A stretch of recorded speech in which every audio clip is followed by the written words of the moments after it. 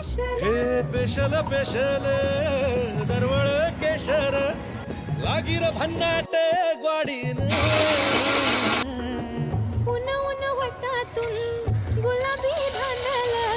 वाफळल फिर माशी मोगरी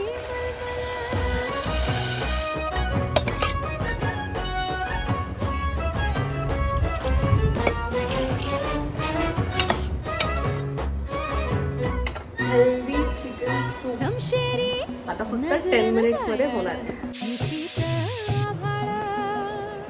वळजोरी राकट मिठीची मधाळ फिरकीची